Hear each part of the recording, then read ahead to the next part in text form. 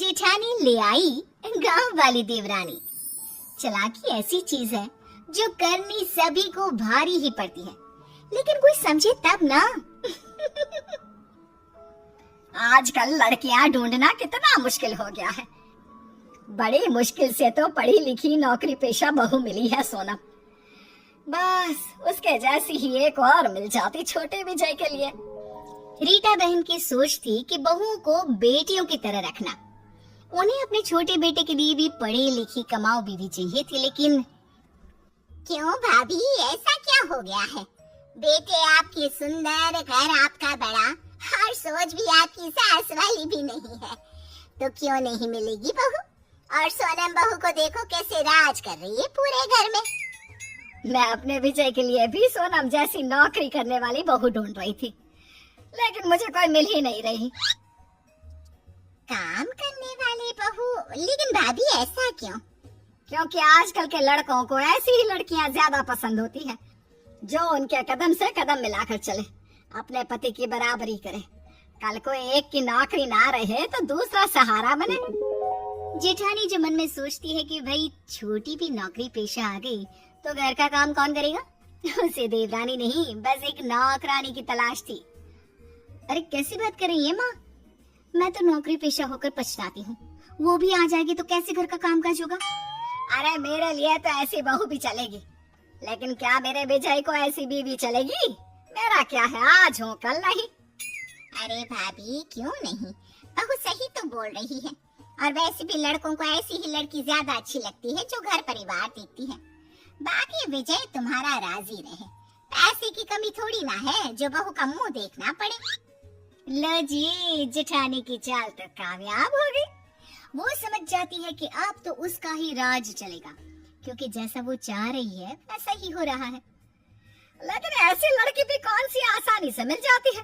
आजकल तो लड़कियों को भी माँ बाप लड़कों की तरह पढ़ाते हैं। शादी के वक्त ही पूछ लेते हैं कि भाई हमारी लड़की की नौकरी तो नहीं छुड़वाओगे ना? क्यों बहू, भूल गई तेरे पापा ने क्या कहा था? माँ जी उसकी चिंता मत कीजिए। देवर जी के लिए एक सुंदर और घरेलू बीवी ढूंढने की जिम्मेदारी मेरी, कुछ दिनों बाद। हाँ माँ जी, वो तो पापा थोड़ी ज्यादा ही सोचते हैं। नहीं तो कौन पिता नहीं चाहता कि बेटी ससुराल में काम करे, सास की सेवा करे। वैसे माँ जी मुझे अपने देवर जी के लिए एक सुंदर सी देवरानी मिल गई है। अच्छा, मुझे भी दिखाओ, मैं भी देखना चाहती हूँ कि क्या देखा है तूने अपनी देवरानी में। वैसे बात तो सही है, घर में भी तो कोई रहना चाहिए। घर दिन में ना काटने को दौड़ता है। जानती हूँ माँ जी। देखिए ये है रूपाली, ये एक छोटे से गांव से है, बहुत ही सुंदर सुशील है, एकदम घरेलू टाइप। अरे मैंने तो सुना है कि पूरा मोहल्ला उस लड़की के गुणों की तारीफ करते नहीं थकता। अरे शादी हो गई ना देवर जी की तो राज करेंगे इसके साथ। हाँ। जेठानी सास को फोटो पकड़ा देती है, फोटो देखकर। हाँ सुंदर तो बहुत है, बाकी मिलकर ही पता लगेगा कि क्या करती है, कैसी है। और फिर विजय को भी तो पसंद होनी चाहिए ना। तो माँ जी आप कहे तो कल ही इनके घर चलते हैं, लड़की को भी देख लें और विजय भैया भी बात कर लें, और विजय भैया को मैं बता दूं। हाँ हाँ क्यों नहीं।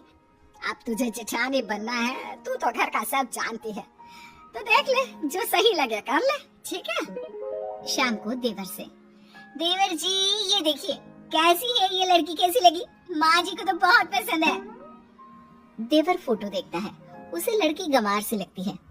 नहीं भाभी ये नहीं, इसे मैं सोसाइटी में कैसे अपने साथ खड़ा करूंगा? नहीं नहीं नहीं नहीं। जेठानी को अपनी सत्ता हिलती सी दिखती है। वो सोचती है कि अगर देवर ने कोई अपनी पसंद की लड़की खड़ी कर दी तो क्या होगा? घर बाहर का काम कर करके उसका तो जूस निकल जाएगा। ये सोचकर वो जोर से चिल्लाती है, नहीं नहीं देवर जी, आप ऐसा नहीं कर सकते। देवर हैरान, अरे किया क्या बेचारे ने? क्या नहीं कर सकता? अरे क्या सोच रही है भाभी? गरीब लड़की जिसने आपकी फोटो देखते ही आपको देवता माना, आपसे तो वो मन ही मन शादी भी कर चुकी है। माँ जी ने उसे ही इस घर की बहू के रूप में देखा, लेकिन आपको क्या, आप तो प्रैक्टिकल है, आप तो किसी हुस्न परी से शादी करनी है। देवर भाभी के इमोशनल ड्रामे का शिकार हो जाता है और मान जाता है शादी के लिए। ऐसे ही सब लड़की से मिलने जाते हैं और लड़की पसंद आने पर जेठानी देवर और देवरानी की शादी करवा देती है।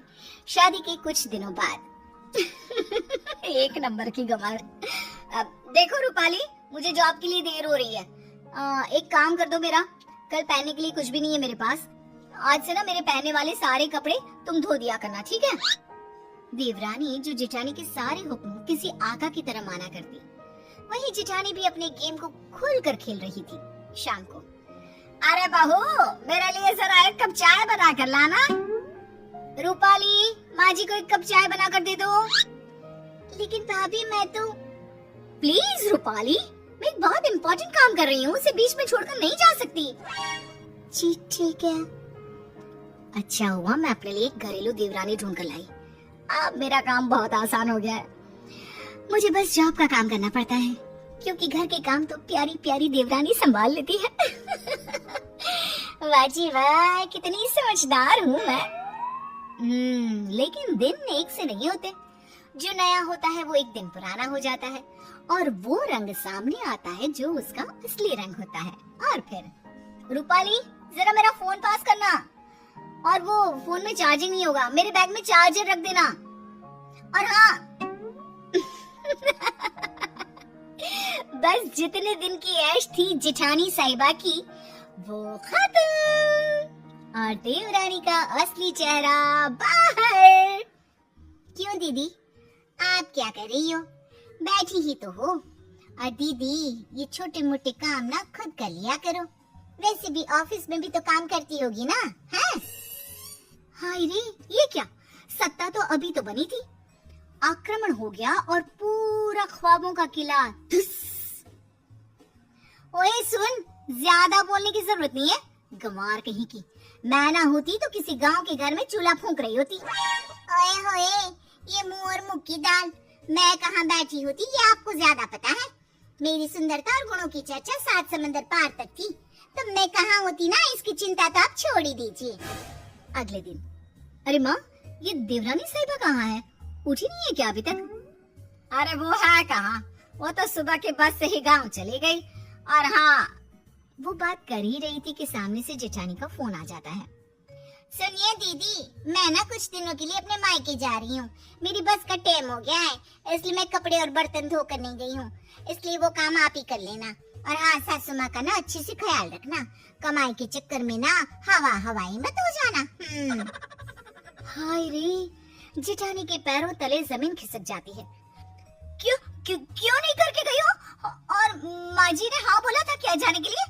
और तुम्हें मुझसे पूछना चाहिए था कि जाऊं या नहीं। माना भाभी, बहुत गर्मी है, लेकिन ये क्या कि आप अपना मानसिक संतुलन ही छोड़ देती हैं। अरे बकवास करने की भी हद होती है भाभी। अच्छा, तो तुम वापस आओ, काम पूरा करो और फिर जहाँ जाना है जाओ। सास सब सुन रही थी। वो समझ जाती है कि जेठानी ने किस मकसद से देवरानी की शादी इस घर में करवाई है। फिर एक रोज जब देवरानी वापस आती है तो, माँ जी, मेरे ना होने पर लग रहा है कि नाश्ता खाना आपने सब छोड़ दिया था। कैसी पतली हो गई है इतने दिनों में। अरे कौन देगा मुझे खाना, वो तो नौकरी करती है, तो भी किसके भरोसे छोड़कर चली गई मुझे। अरे क्या करती माँ जी, माँ की तबीयत खराब थी ना तो गई थी, वरना नहीं जाती। वैसे भी ना माँ जी, भाभी को भी अब थोड़ा काम करना चाहिए। हम कौन सा उनके पैसे रखते हैं, अरे घर उनका भी तो है ना। ये बोलकर गांव से सफर करके जो लड़की आई, वो तुरंत सास को खाना देने के लिए किचन में घुस गई। तभी जेठानी, अरे आ गई हो तो चाय भी बना दो, और हाँ, खाना थोड़ा जल्दी कर दो, मैं पैक करके भी ले जाऊंगी। सास को गुस्सा आता है। देख बड़ी बहू, तुम दोनों ही मेरी बहुएं हो, छोटी ही काम करती रहे ये ठीक नहीं। अरे तो मैं क्या करूं, मैं कमाती हूँ, मैं घर का काम नहीं कर सकती। ये इस गंवार से करवाओ, वैसे भी घर के काम तो छोटे लोग ही करते हैं। तभी देवरानी आ जाती है। माँ जी, आप ना परेशान ना हो, मैंने शाम के खाने के लिए एक छुट्टी लोग जैसी नौकरानी रख ली है। सुबह का मैं बनाऊंगी और रात का या तो भाभी या तो वो नौकरानी, और नौकरानी के पैसे तो ठीक है, तू जाके घर की साफ सफाई कर ले। थोड़ी देर बाद सास छत पर जाती है। वो देखती है कि उसके सभी गंदे कपड़े धूप में सूख रहे हैं। वो मेघा से कहती है, बहू, ये तूने गंदे ही कपड़े धूप में सूखने के लिए डाल दिए। अरे कम से कम इसको धो तो देती। अरे मम्मी जी, वो मुझे ना आज साबुन नहीं मिला, तो मैंने ऐसे ही पानी में डालकर सीधा धूप में सुखा दिया। ओह, जब साबुन ही नहीं था तो इतनी मेहनत भी क्यों करी? मम्मी जी, आपको मेरी मेहनत की चिंता कब से होने लगी? ऐसा कुछ नहीं है, चल जा साबुन लेकर आ और इन्हें धोकर सुखा। क्या मम्मी जी, आप भी अभी तो मेरी मेहनत की फिक्र कर रही थी और अब फिर से दोबारा मुझसे मेहनत करवाना चाहती है। अरे एक दिन की तो बात है, यही पहन लीजिए ना आप। बहू की बात पर हैरान आरती कुछ बोले बिना वहाँ से चली जाती है। थोड़ी देर बाद जब शाम होती है, आरती मेघा से कहती है, बहू आज खाना देगी या नहीं? भूखा ही रख रखा है सुबह से तूने। अरे लाती हूँ ना मम्मी जी। आरती को मेघा खाना देती है और जैसे ही आरती खाने का पहला निवाला अपने मुंह में डालती है, वैसे ही उसका मुंह जलने लगता है और गुस्से से तमतमाकर वो मेघा से कहती है, मेघा तुम पागल हो चुकी हो क्या? तुम सब भूल गई हो? अरे पहले कितना अच्छा बनाती थी सब, लेकिन अब तो सब कुछ सत्यानाश कर दिया है। क्यों मम्मी जी, अब मैंने क्या कर दिया? ये खाना देख रही है, इतना तेज नमक और लाल मिर्च तो तूने इतनी भरी हुई है कि मेरा मुंह जल रहा है इसे खाकर। अरे मम्मी जी, आपको ही तो थोड़ा तेज नमक और मसाले वाला खाना चाहिए था ना। कल मैंने ठीक बनाया था तो आपको अच्छा नहीं लगा, इसलिए आज मैंने थोड़ा सा नमक डाल दिया है और लाल मिर्च थोड़ी तेज कर दी। देखिए मैं भी तो खाना खा रही हूँ आपके साथ बैठकर, मुझे तो कुछ गलत नहीं लग रहा। ये सब देखकर आरती अब बहू की प्लेट से एक निवाला खाती है तो उसका खाना बिल्कुल ठीक होता है। अब वो अपनी बहू की चतुराई समझ जाती है। तो ये सब तो मुझे परेशान करने के लिए कर रही थी, हैं? क्योंकि मैं तुझे हमेशा तंग किया करती थी, इसीलिए बदला ले रही है ना? अरे नहीं नहीं मम्मी जी, मैं तो बस आपके मुंह से सच्चाई निकलवाना चाहती थी कि आपकी बहू अच्छी है। बस आपको ही उसके काम में नुक्स निकाल कर तंग करने की आदत है। अरे मुझे माफ कर दे, मुझे भी तुझे इतना परेशान नहीं करना चाहिए था। आप क्यों माफी मांग रही हैं? आप तो मेरी माँ जैसी हैं और माँ बेटी के बीच नोक-झोंक चलती रहती है, तभी तो कहानी में नमक, मिर्च, मसाला सब बना रहता है। इतना कहकर अब आरती और मेघा दोनों हंसने लगती हैं और सास बहू की कहानी इसी तरह चलती रहती है।